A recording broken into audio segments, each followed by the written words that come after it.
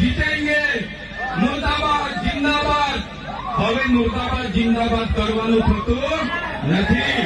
હવે કોઈ બાબતમાં આવેદનપત્ર આપવાના થતા નથી। લડાઈને જીતેંગે જિંદાબાદ મુર્દાબાદ કરવાનું થતું નથી।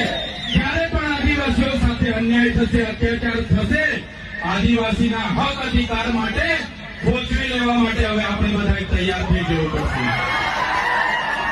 ત્યારે આજના કાર્યક્રમમાં મને આમંત્રણ આપ્યું, મારું સન્માન કર્યું, મને બોલવા માટે ઘણા હજારો યુવાનો બોલી શકે એવા છે, છતાં મને તક આપી એ બદલ મેં તમારો ખૂબ ખૂબ આભાર માનું છું।